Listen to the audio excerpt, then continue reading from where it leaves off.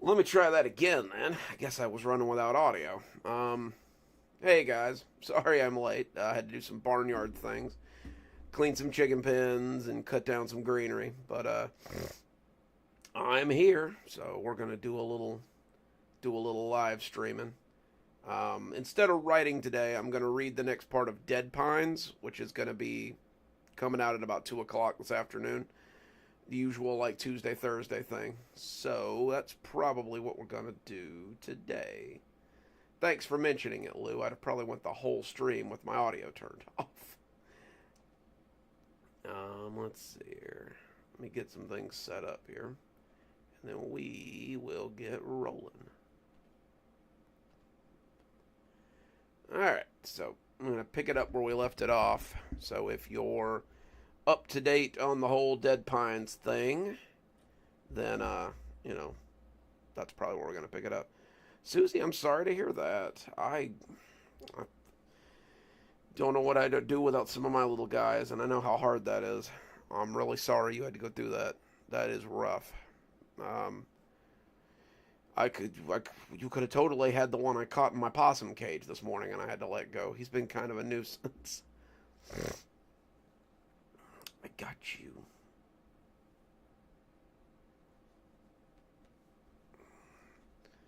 Somebody in my lap has decided that he wants to be playful, so. But and again, sorry for your loss, Susie. That is never easy. Okay, let's start up Dead Pines, and we'll get rolling. Up, up, up, up, up, up, up.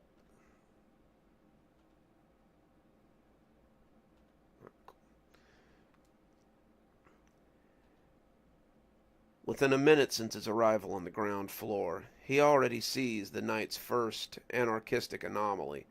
The light sweeps over a large box, and he brings it back so that we can examine an unpowered vending machine, partially emerging or forming from a mound of dark goo. The design and art on the machine is impeccable, looking straight out of the early 90s. It's also empty of food, which is just as well, since everything edible will have previously been smothered. If I could read today. Whoop. There we go. See, that's this one. This one keeps trying to get at my fellas on the front porch. He probably wants the ladies that are on the front porch, but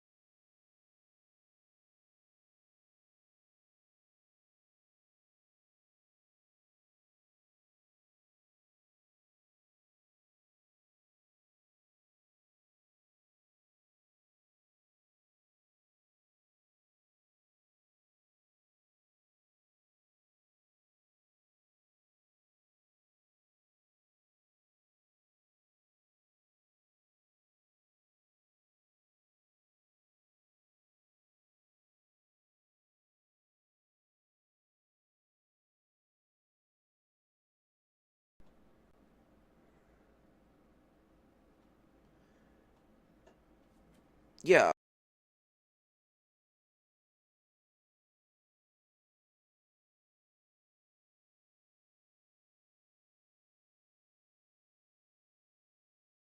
Any better? Oh, audio's back. I'm not sure what happened there. Check, check, check, check, check. Yeah, I don't know. It just randomly swapped audio to my webcam. That's kind of weird. Anyway, will have previously been something that was not. A shelf, perhaps, or the toaster oven it held. He soon has to start walking on twisted, melting material to proceed. It crunched like snow under his shoes, and he checks his feet often with the light and the camera. By now, his gimbal is basically mirroring his every head movement, and he may no longer be fully conscious of it because being, if I could read him,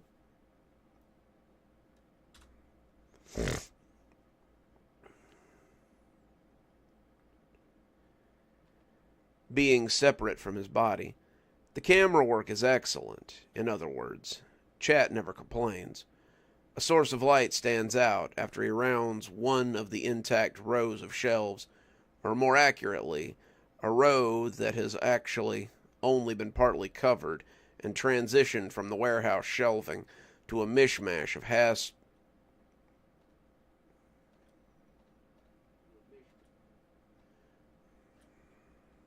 no problem.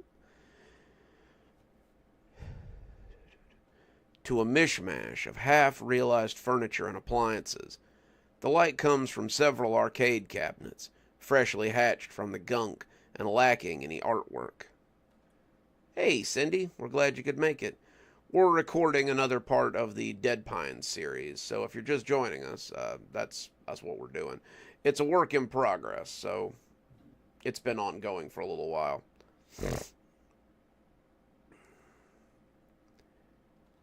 Or buttons, for that matter. The screens flicker rapidly between black and blurs, their power sources a mystery. Proceeding deeper in, he observes and highlights the empty racks for appliances and says what's on his mind. The inventory is missing. I don't like that. Let's try that again. Proceeding deeper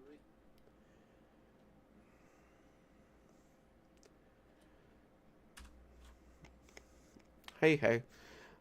Like I told them, sorry I got a late start today. I was out doing farmyard things. Took a lot this morning. It was definitely a lot that needed doing. Proceeding deeper in, he observes and highlights the empty racks for the audience and says what's on his mind. The inventory is missing. All of these everyday items must be the fuel. Gives a totem raw material to mold into things like that. He adds, as the flashlight and camera point upwards. Dangling down from the unseen ceiling is a particularly large tendril, and attached to it is what appears to be an entire random and nondescript corner of some part of Sleepy Pines. The tile is shiny and clean.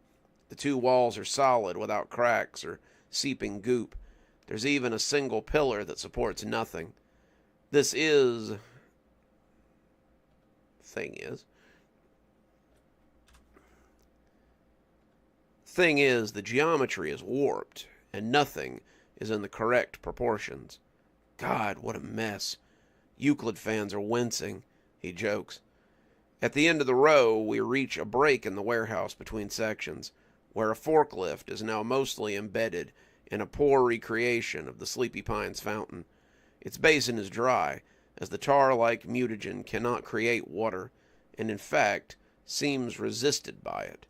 The fountain can't hold water anyway, as it's split in half by a fissure that's descending into the light-absorbing darkness. Excuse me.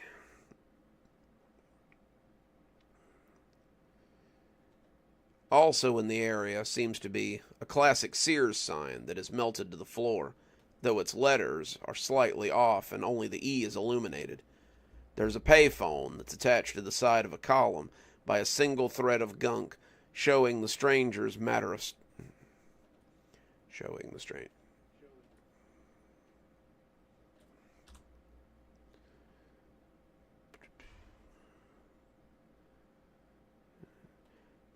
the strange matter's strength. The mall's famous red Corvette has been remade and phased through a stack of wooden pallets, and even if it hadn't, it's still twisted and deformed into shapes no industrial machine could make. Nearby, a circular clothing rack that holds nothing but duplicate pairs of blue jeans has manifested like an artificial tree sprouting from one of the building's cleaning stations. Why is it like this? Our host whispers, and scans over the object several more times. It's like two locations are just crammed together, wherever it is. Maybe the totem has activated this malfunctioning place. Did it trigger on its own? He pauses, his thoughts upon hearing a strange croaking sound from somewhere.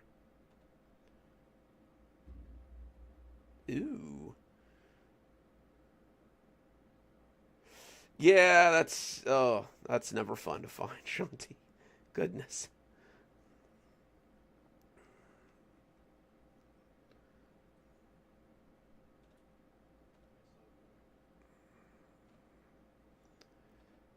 Light and camera spin around to find the source, but there's nothing. It was unmistakably organic, however. There's at least one being or creature in this place. As he scans his surroundings, there's another noticeable occurrence. A second source of light suddenly fills the immediate area, and he quickly finds the reason. One of Sleepy Pine's old skylights has materialized.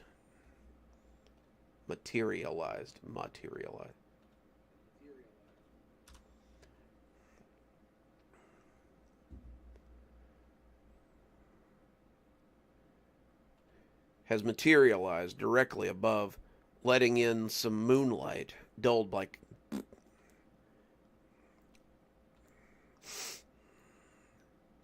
has materialized directly above him, letting in some moonlight, dulled by cloud cover. The transforming effects of the totem are extending to the building's exterior as well. It's a sight worthy of attention, but he doesn't linger, since the light has made him further stand out to anyone moving around. He goes on deeper into the warehouse and potentially closer to the source of the corruption, and this is where we begin to delve into uncharted territory. Past the mall, before Sleepy Pines, the more distant history of the land, violently pulled out of time and poorly reconstructed. Hey, Brandy, we're glad you could make it. There's a well-defined space where the transition begins. We go to the mall's grand opening banner, draped down from a tower of copy-pasted front doors to rusted industrial pipes and girders. They bend together with a span of a few feet, like smeared three-dimensional oil paintings, and we find ourselves trapped within a nightmarish factory of some kind, like the distorted mall segments before it, continued to fuse with the warehouse of the present and the tar-like substance that has birthed temporal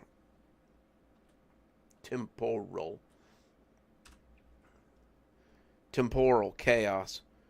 A lopsided sign erased any doubt of where he had settled. The words Vicker Brothers Steelworks hang from chains that fade into the darkness. The totem is pulling from the days of the foundry that operated between 1939 and 1964. Mortar shells were cast there during World War II. The building nearly burned down twice and cost 14 workers their lives over the years. The worst of the accidents, a large spill of molten metal, claimed 3 victims. I'm not mentioning these facts to claim that the site was cursed, but only out of a curiosity concerning the nature of the totem, if they have one at all. Why capture such a miserable time and place? Did someone want to preserve it, as the people did Sleepy Pines? Were they even aware of the strange instruments, or have the urge to create them? It's likely the totems are merely observers, forms of data storage, and advanced 3D printers without allegiance or disposition. Whatever they are, they have long memories. If you guys are just joining us, we're reading the next part in the Dead Pines series.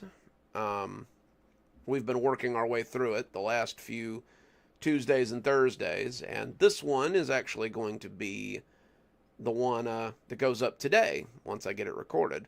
I know, I kind of left this one till the last minute.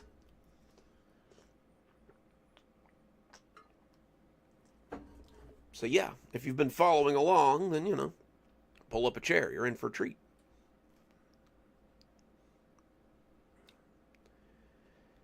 And the one that's active now, or was destroyed upon use, seems to have dug into the collective memory of the glowing metal, which appears as bright red and orange in the dark. Molten steel pours down shelves and misshapen elements of the factory, yet it doesn't flow. It's all frozen in motion. Nor does it seem to exude actual heat despite the glow, and our guide demonstrates this by holding his hand near a steaming pile of hot slag. Upon feeling nothing, he touches it directly to no effect. He even pushes it inward. It has the consistency of gel. Weird, he remarks. It's like room temperature. Another croak. It's coming from above, somewhere nearby. No time to dally. It's possible he's already being hunted. Allergies are killing me today. Only seconds after he leaves the moonlight, there's yet another worrying incident. Even for this twisted place, it's unexpected, and I wager most of the viewers are as startled as the streamer. Gunshots ring out and echo across the cavern. Muzzle flashes light up some of the back half of the building, but it's too far away to pinpoint. They're shouting as well, coherent and human, yet also too muffled by the distance to make out clearly. Audio enhancement will later reveal the shouting to be something like, "Get out of my way! Move, mindless things!" Our story's protagonist freezes up again and waits until the danger may have passed. Whatever creature is lurking at the top of the shelves is lured in by the activity, and it can be heard clumsily scrambling away. There's no need for our friend to give us his thoughts. It's obvious that one of the intruders is about, and they're armed, and they seem to have some familiarity with the immediation of life that may be up ahead, or at least not afraid of them. When he does press on, it's more cautiously, quietly than before. It isn't long before the twisted pipes and metalwork of the foundry section begin to transform again. Some of the rows of shelves become fences, or warp into twisted windmills, or portions of grain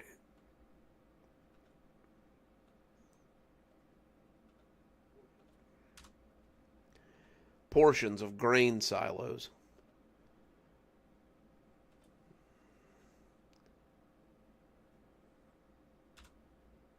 Let's see.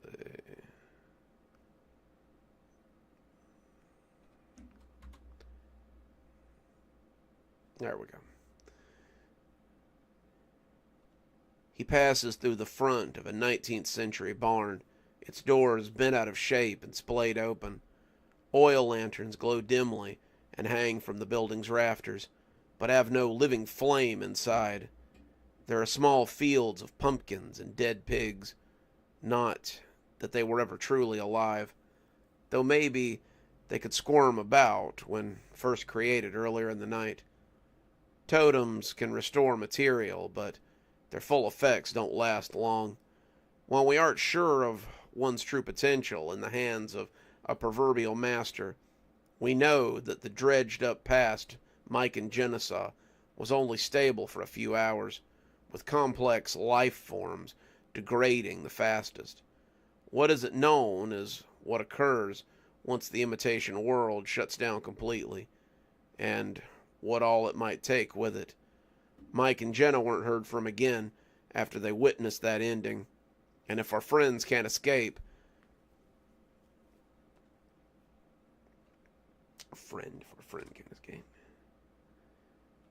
And if our friend can't escape, he might be the next to find out. Oddly, the visit to the land's agricultural past stretches for only a few hundred feet or so, despite the area hosting farmland for well over a century. Theories develop about repeated viewings of the stream that the length of time doesn't correlate with the size of the place's representation. Rather, it may have been how beloved or remarkable that place was to those that knew it. The idea that I'm more subscribed to is similar. It's really about the number of people that once passed through this corner of the world and kept it in their memories. That would explain why the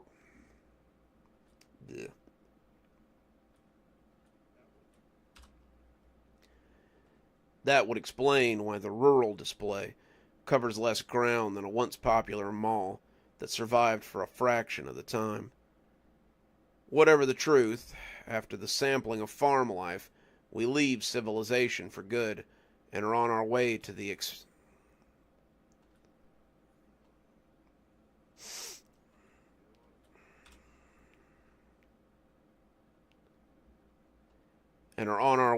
expected epicenter of the night's events. Once he passes by a few log cabins, his sweeping beam of light only illuminating the solid black bark of large pine trees. An entire forest, endless at first glance, stretches outward with little room to maneuver. The actual canopy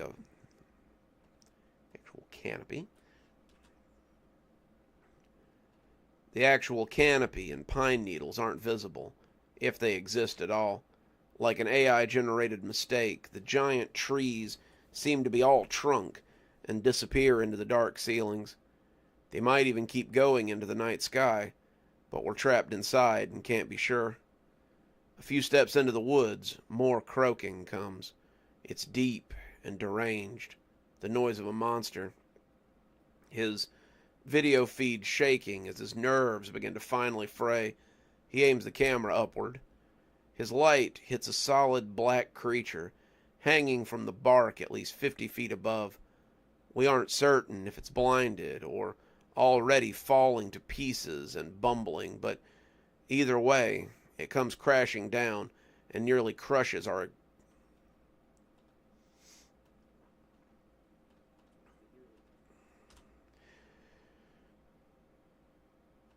and nearly crushes our ugh, can't talk today. And nearly crushes our explorer. Its bulk explodes on impact, and what's left writhes and contorts as new masses grow and split open. The grotesque scene culminates when a melting human head, one of an obese woman, briefly emerges from the thing's shoulder, lets out a guttural groan, and vomits up an empty perfume bottle. The creature then goes still and silent and continues to degrade, with some of its inky flesh dissolving into dark smoke. After witnessing this, our narrator responds in a way that may have finally broken some of the tension in the night.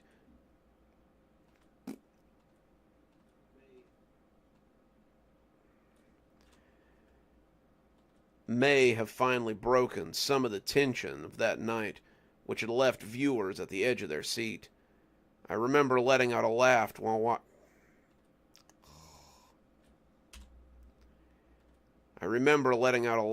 watching live and filling the role of chat moderator. Okay, he mutters, steps over the corpse and continues on. Really, what else was there to say? If you guys are just joining us, we are reading. This will be our part 4 of Dead Pines. It's from the Sleepy Pines and the Dead Mall series that we've been reading for the last couple of weeks. I don't think we're going to finish it today. I think it's probably going to go on into next week where we'll get a part 5. I'm expecting another episode of The Factory pretty soon too.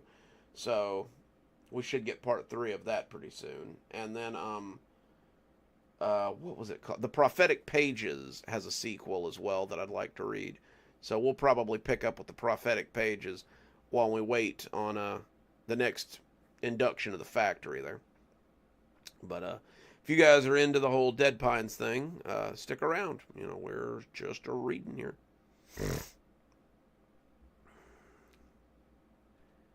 The trees are deceptively non-labyrinthian. As big as they were formed from rows of shelves and consumer goods, so there's still a straight path through them. The only thing of note in the forest trek is the occasional odd chanting in a dead language, the source unknown.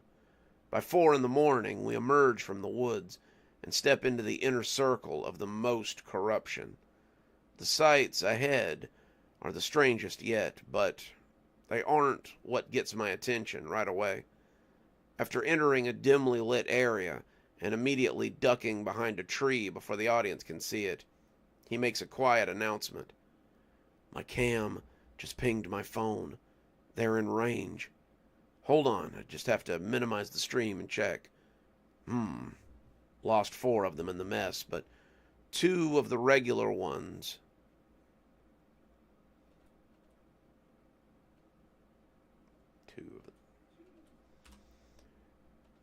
Two of them, a regular one and an IR, are still running. The signal's not strong enough to see our feed, though. I'll have to get closer. Problem is, well, look at this. He pokes his camera out, and we get our first glimpse of what we will come to know as the Ritual Land. I'd compare it to an animatronic tour from hell. Understandably, he's hesitant to step into this domain, but there's no way through.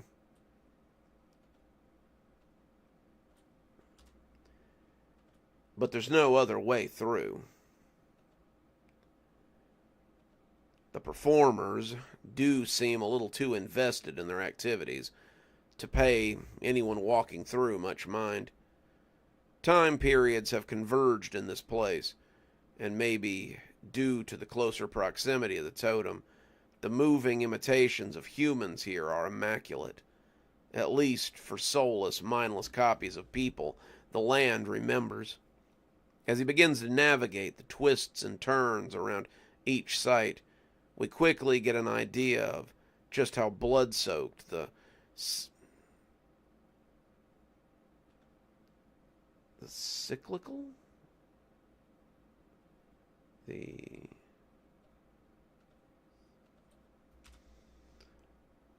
I guess.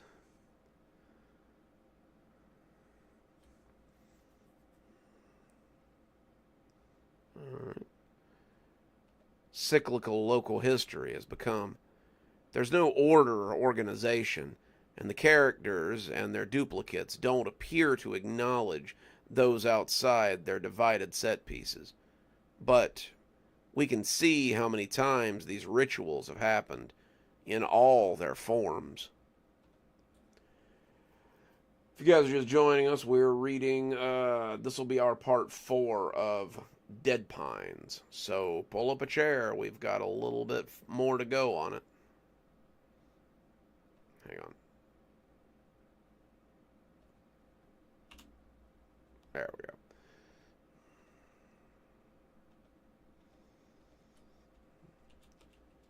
Hey, Steven. Glad you could make it.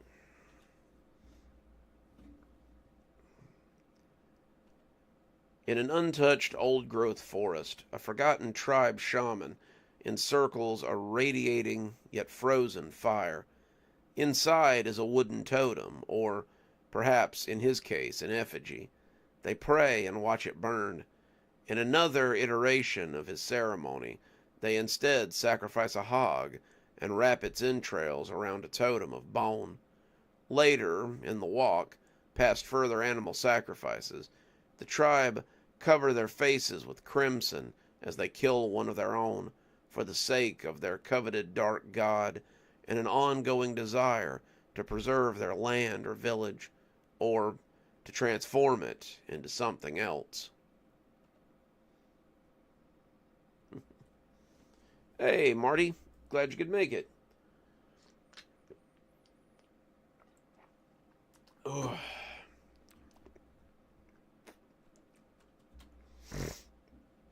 Whew. No yard work for me before Saturday. Apparently, I cannot do both. Ooh, allergies are killing me today. At this time, some tribesmen turn towards the camera with questioning or threatening gazes. It's frightening and makes our friend move faster, but this also happens with other groups on occasions. Yes, every group of people that came into contact with or became aware of the land's nature eventually create their own ritual to give power through belief to an object that seemingly wills itself into being created and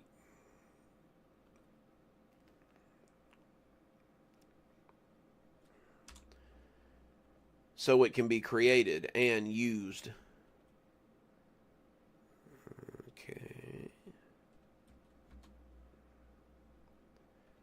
We see destitute and desperate farmers killing one cow to, well, who can be sure, make the rest of the herd healthy, enrich the soil, bring rain, instantly sprout a crop, maybe just build them a few barns.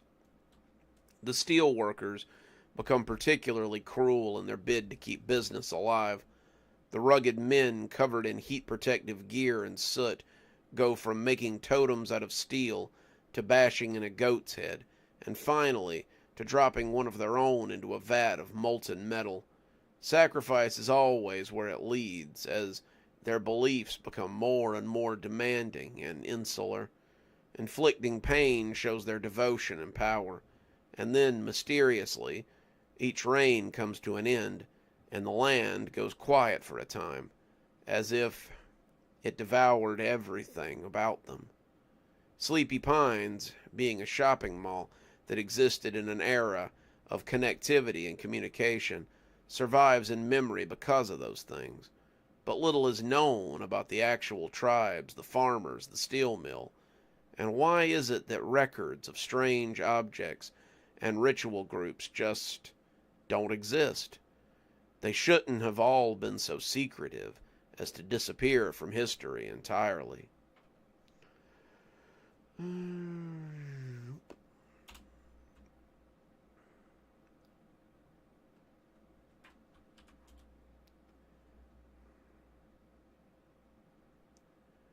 me see, is there a break in this coming up? It's hard to tell. We'll go a little further. I think the breathing earth, as it was referred to by the Sleepy Pines owners, eventually sates some need or hunger and takes it back. The gifts, the power to mold and create, all of it. It inhales more deeply than usual and leaves the land a blank slate, with no trace remaining of those who knew of the nature of the place. And so, a once beloved shopping mall slowly dies, and the people who manage it were never heard from again. Of course, the mall's ritual site also appears many times, more so than the ceremonies that happened before them. Pierce Colchester and his little group of capitalists performed many rituals over the years, using a variety of animals, but failing.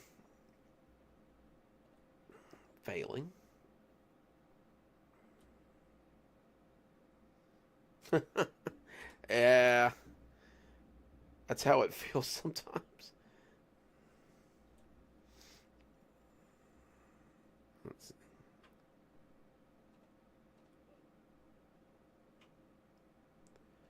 Failing on the one night they tried to offer up a person. It was difficult for me to see those rituals on the stream, those business types and their animal masks, spilling blood across the white tiles of the mall. It kept bringing me back to that night where I met them, back in the 1990s. That's right, if you haven't figured it out yet, I was the girl from the prequel story, still living on the tropical island far away from all that, but still entranced by a piece of the land. Someone had to write up a report, or a story, from that night at the warehouse. Mostly because of my first-hand account, the community voted me to be the author. And since said story isn't really my own, I'll keep it going.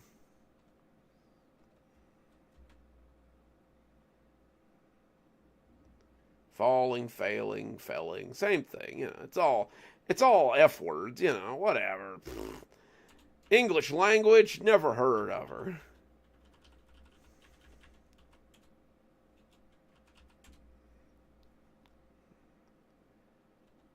Amongst those in the animal masks, the man who sees himself as a rat seems to track the camera each time he appears in one of the annual rituals to improve or revivify the mall. I don't know if the videographer notices. His pace is now frenzied, and he voices his concern about becoming a sacrifice himself.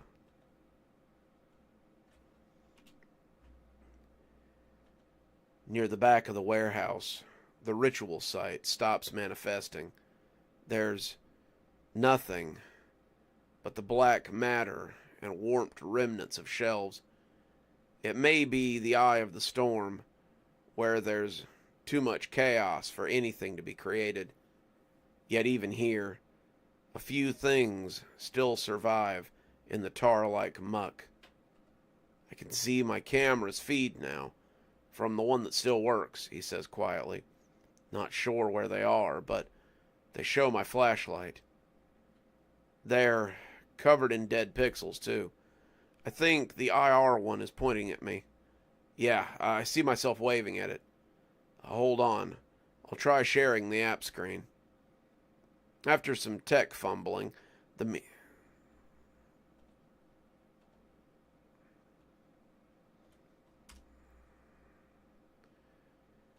he mirrors his phone, and we see a thumbnail array from his camera. Those that haven't been mutated or crushed by events have a whole mess of pink dead pixels. On one cam, they're clustered on the left of the frame, on another on the right. On the infrared, more to the center. So, when a camera points towards an active totem, its sensors get gradually damaged, right? I wonder if we can use the dead pixels to, like, triangulate.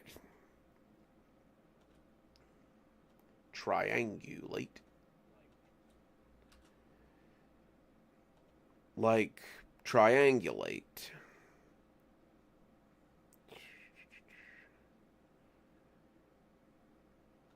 Where it might be in all this mayhem.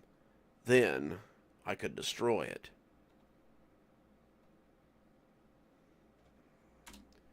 It belongs in a museum.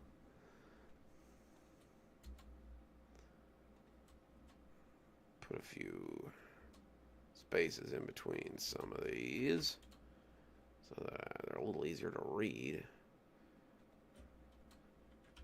I got tired of having to hunt up my spot, so I copy-pasted it all to Grammarly. And of course, Grammarly being Grammarly, it took all the spaces out for some reason. Grammarly gonna Grammarly, I suppose.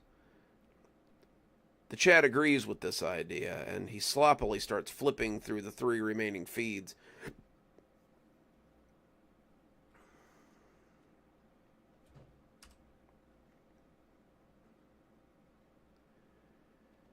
Using his beam of light to see where the cameras are aiming. There's nothing visible to the eye, no glowing idol that would be easy to spot in the darkness. So, this is all we have. On the 5th switchover to the infrared camera, 2 figures are suddenly standing behind our explorer. While he waves, they're bright hot. While he's warm, they're bright hot. Oh shit! He nearly screams at those.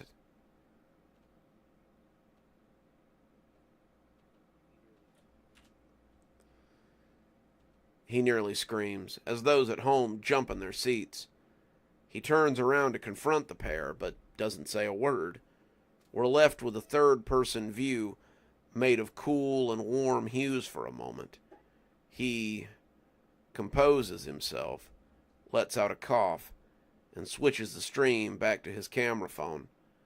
Lit dimly by an indirect glow from his flashlight, we see the faces and eyes looking back at us.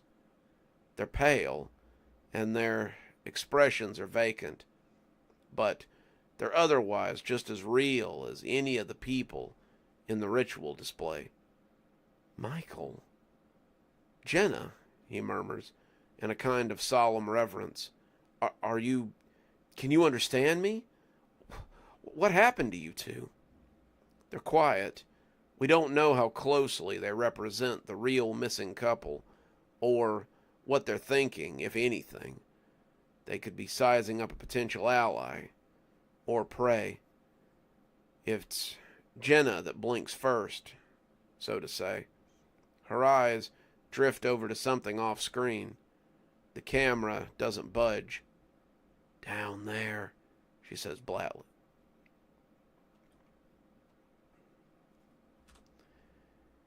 She says flatly, it's below. Below what? I don't... You mean the totem? It's underground? Mike speaks, just as stoically. If you stay, when it all stops, you go inside. Destroy it or run. Hiding won't work. Jenna stares right into the camera, and a glimmer of light flashes in her eyes. You're doing what we wanted to. Do people remember us? The land remembers, Mike adds. The scene, it could be from any ghost movie where a character struggles to have a conversation with a spirit. It's not something anyone can prepare for. Still, he tries, telling them, of course, you're pretty much legends, and over 10,000 people see you right now. Mike works his face into an eerie smile for the camera, but he smiles nonetheless. He even raises an arm as if to wave, but looks disappointed as it instead crumbles away into dust. Neither one of them is stable enough to stay for long, and we know they're only mimics, copies of the originals, wherever they are now together. Even so, to see something like this live, I'm at a loss for words. I can't describe the feeling and reaction from the community. There are at least 24 questions we all want to ask the echoes of Mike and Jenna, but we can't be selfish when a life is in danger. While it's subtitled, it seems like the two expend a great deal of effort just to speak at all. Our ghost whispers move on, leaving the original explorer in peace. That might be a good spot to end on. I'm going to redo that ending, though.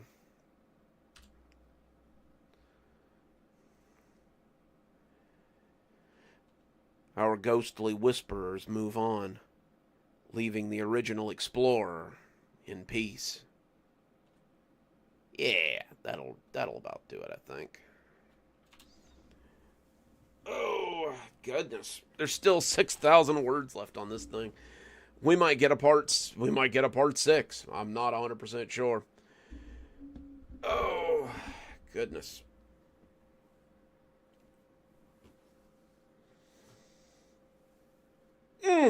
I hope you guys have been enjoying the Sleepy Pines and the Dead Mall stories and stuff. They're pretty interesting.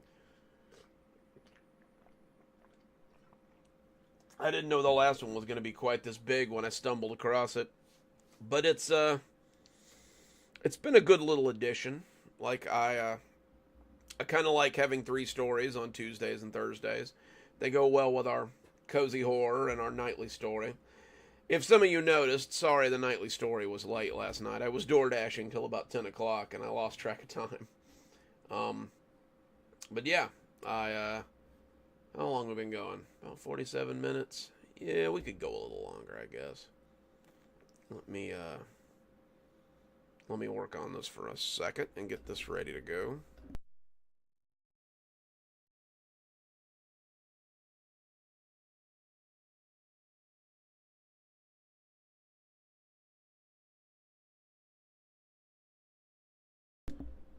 There we go.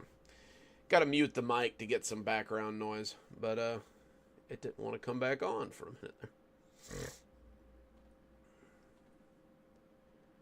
The process for this is very repetitive. Like I've done it so much that it's almost second nature at this point.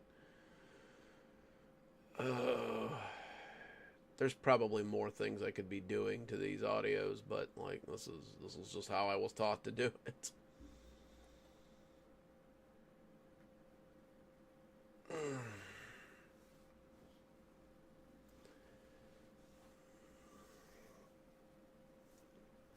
Let's see. What else can we work on here?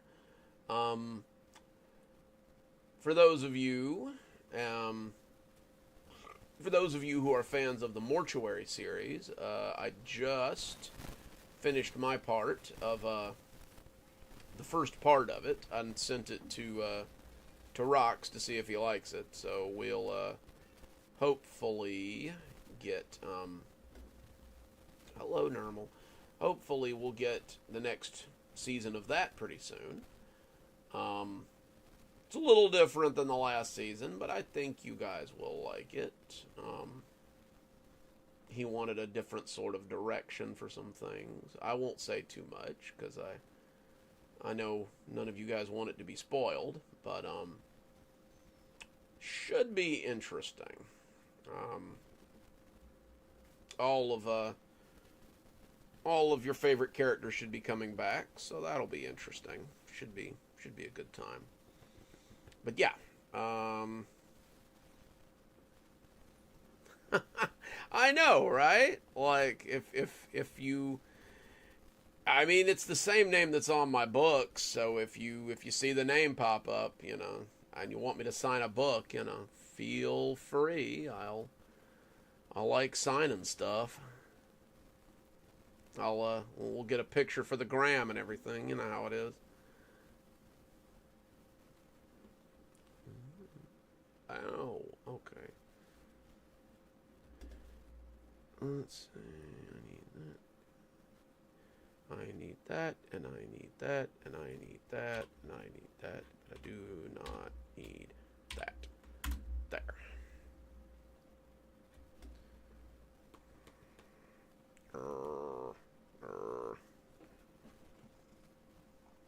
Get up here, yo. Oh. Don't be shy. People like to see you. Wee. Alrighty. That's good for that. What else have I got to work on today? Besides a butt ton of commissions. Can't really complain about new commissions. Like, it's always good to have a little money coming in.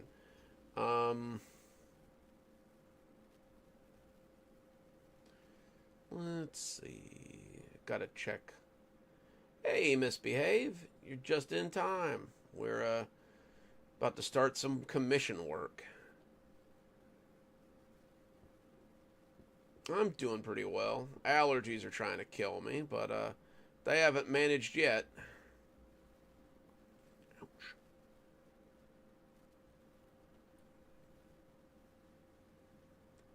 Let's see.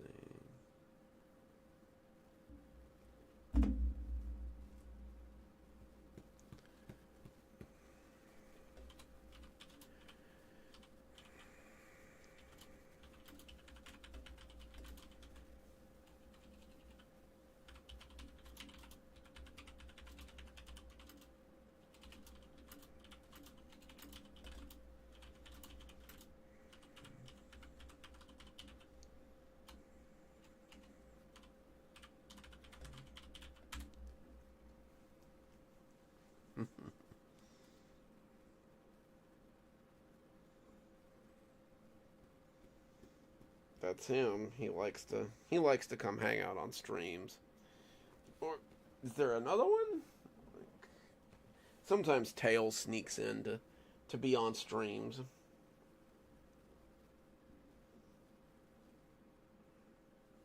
Aw.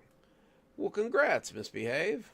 New jobs are always a good thing. Ow, Normal, less claws. Oh, that's Pumpkin. Pumpkin sometimes comes to hang out too. If you hear the collar jingle in the back of videos, that's probably Pumpkin. Sometimes it's Normal though. Can you get Why are you so adorable today? I swear. So cute. I'm trying to work.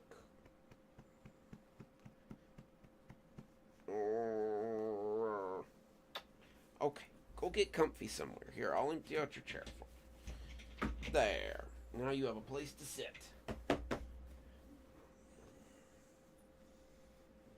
Let's see. Okay. Guess I will take. For those of you who don't know, I also do co-writing for a Goosebumps podcast about a. I don't know if I'd call him a detective. I guess he's just kind of a nosy guy. Like, he's just kind of privately investigating stuff. But he investigates the site from some of the Goosebumps books. Like, I did.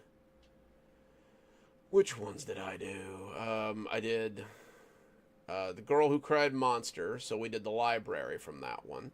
I did The Phantom of the Auditorium, so we did the auditorium. I just got done with Bad Hair Day, so we did the Midnight Mansion from that one.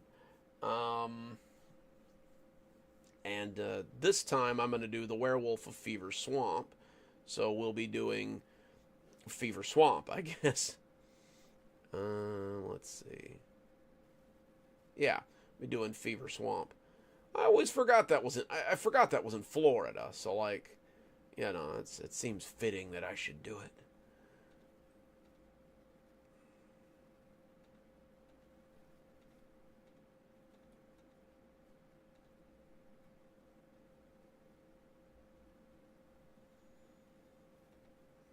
No, that's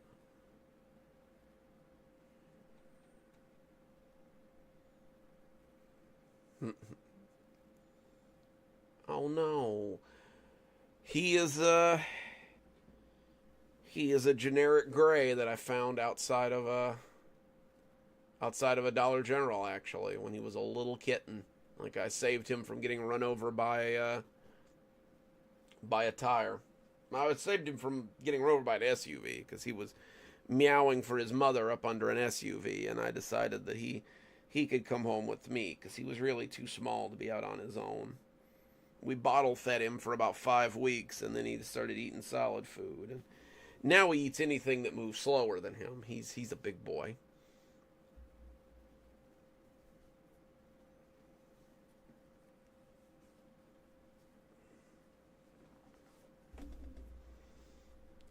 Let's see.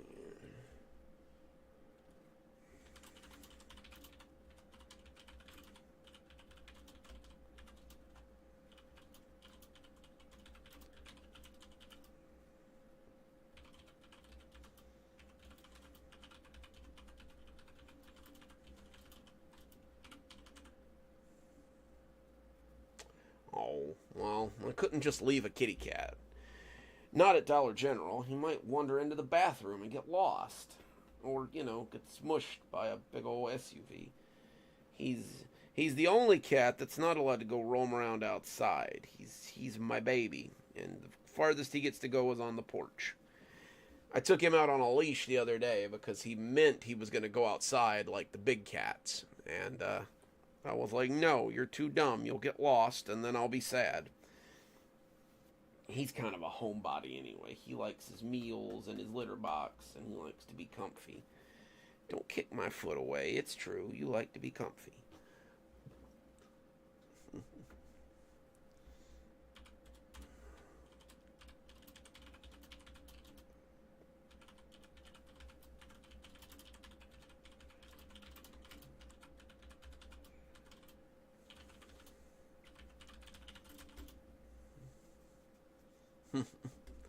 Well, we had a Garfield when we got him, but Garfield decided to run away.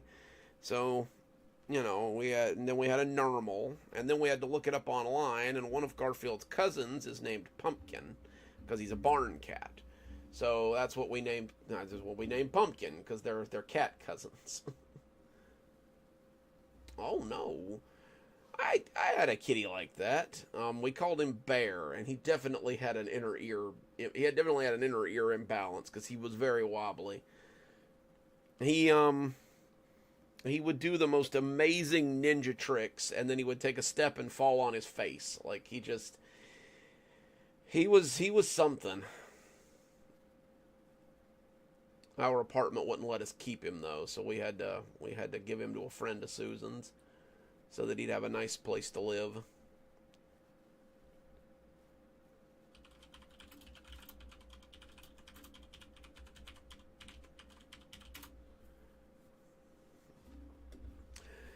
We tried to find him. He ran into the swamp in the lot next to ours, and we tried to coax him out for weeks, but he just wouldn't come out.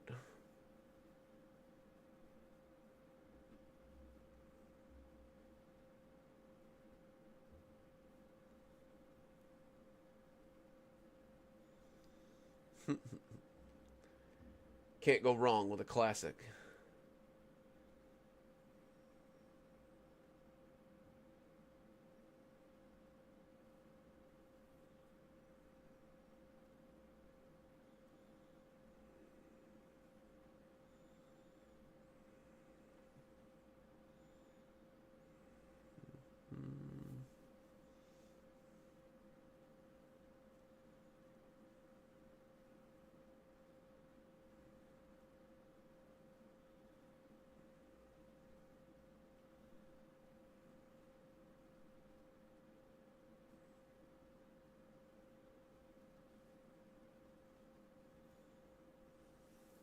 Doing a little bit of research on the old Goosebumps wiki here before I start banging it out.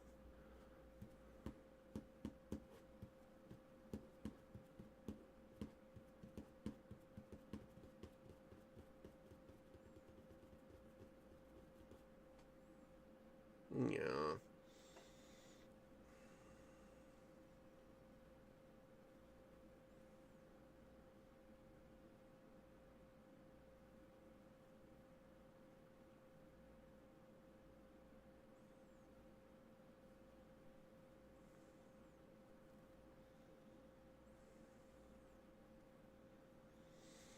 It's luckily, Shanti, during the last hurricane we had, we managed to pack all of ours up in time.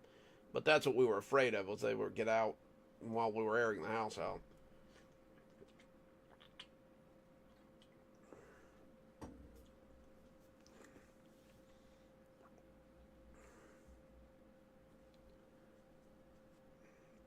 Bye, Cindy. Thanks for stopping by. I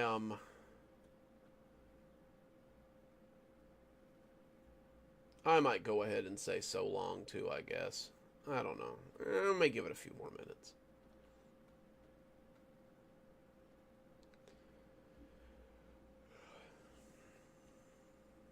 Oh. Coyotes have gotten a couple of cats that I really liked too. Um, Especially when we lived up in Georgia, we had a bad problem with coyotes. They're a problem around here too, but during one of the hurricanes, we had a couple of big gray wolves escape from the preserve up there, and they've been kind of keeping them under control lately. um, they don't really bother people all that much. Like some farmers have lost a sheep or two, but they don't really bother people as much as you'd think. I mean, they just kind of go about it.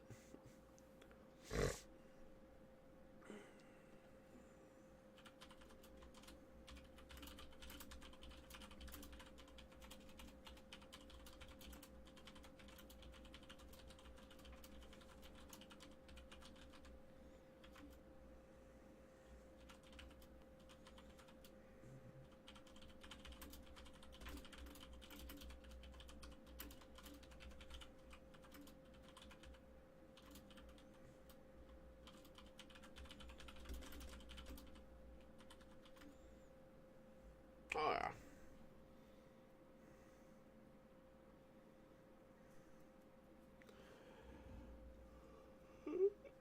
Oh.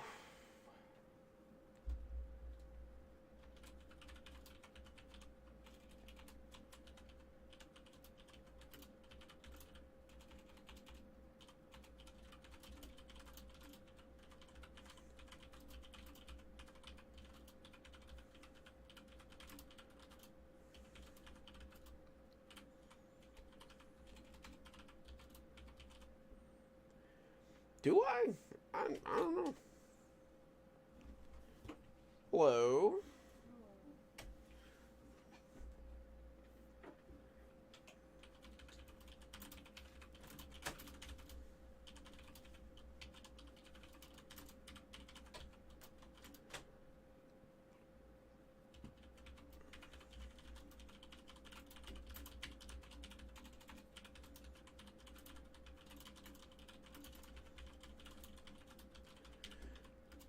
I'm not a very good typist, though. That's the problem. I can't.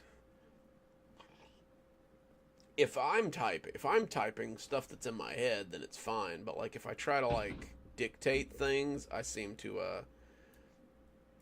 have trouble there.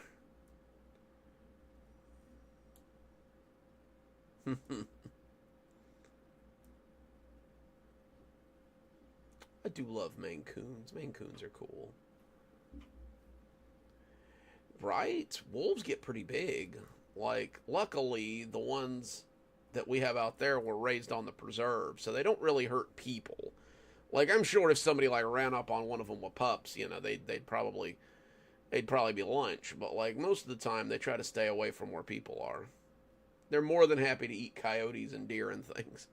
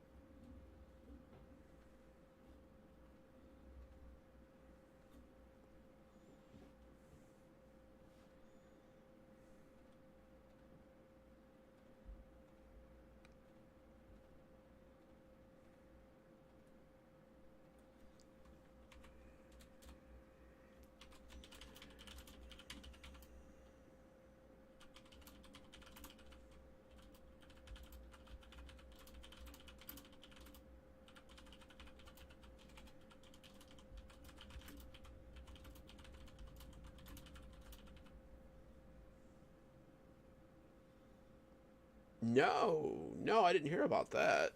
Was it recent?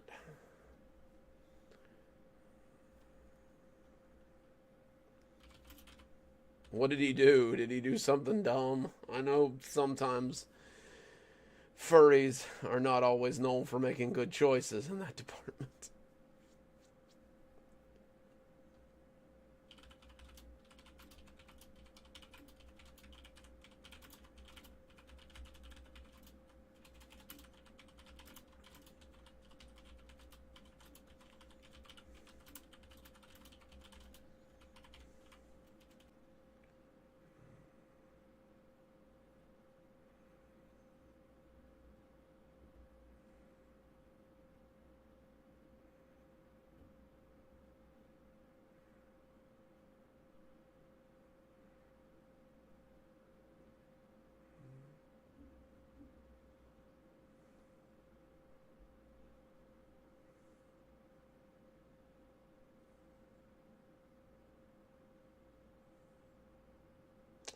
Yeah, that'll happen. Um, I don't want to laugh. It's not funny, but it's like, my goodness. Like, people should really know better than that. Like, another one had done it a few decades ago where he dressed up as a bear and tried to go integrate himself into a community of bears at a zoo. Um, and it's like, why? Why would you do that?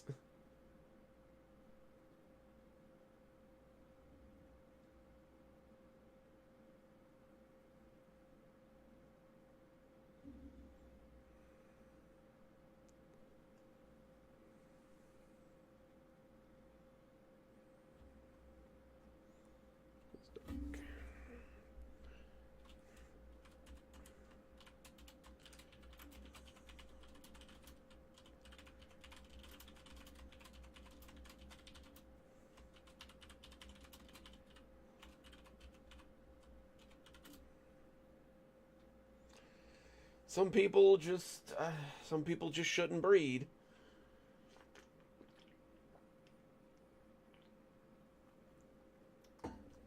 I mean, I don't like the thought of anybody getting eaten by a wolf. Like being mauled to death by an animal is like second on my list of ways I would hate to die. The first is being trapped under ice. Like I have a definite fear about being trapped under ice. But like no, like being eaten or like mauled by something, like just that sounds like an awful way to go.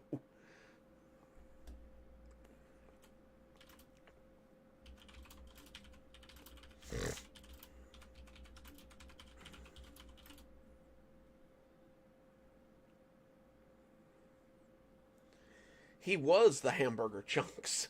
Like, yeah, he brought the hamburger chunks. It was hell.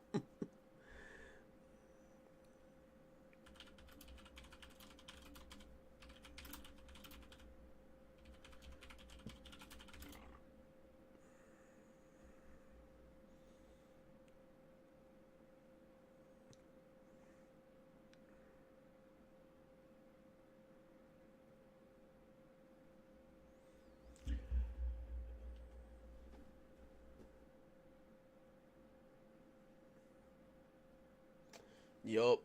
He'll be a shoe in for this year's Darwin Award winner, I'm sure.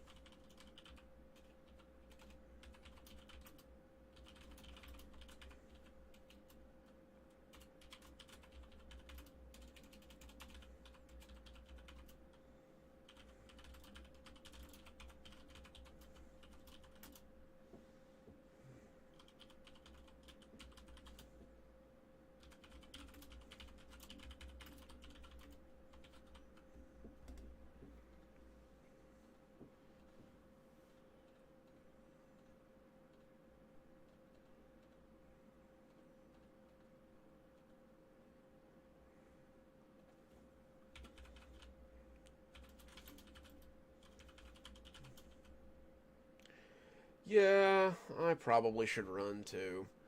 I gotta do some other stuff as well. I gotta finish up about 1,000 words on this for starters, but I probably should be doing some other stuff too.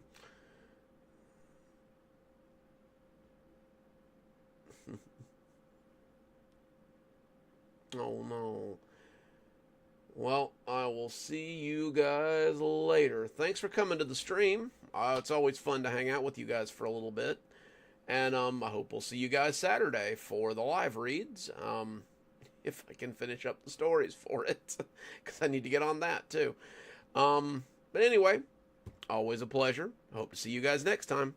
Dr. Plague signing off to go find some lunch because I am hungry like a wolf. Have a wonderful evening.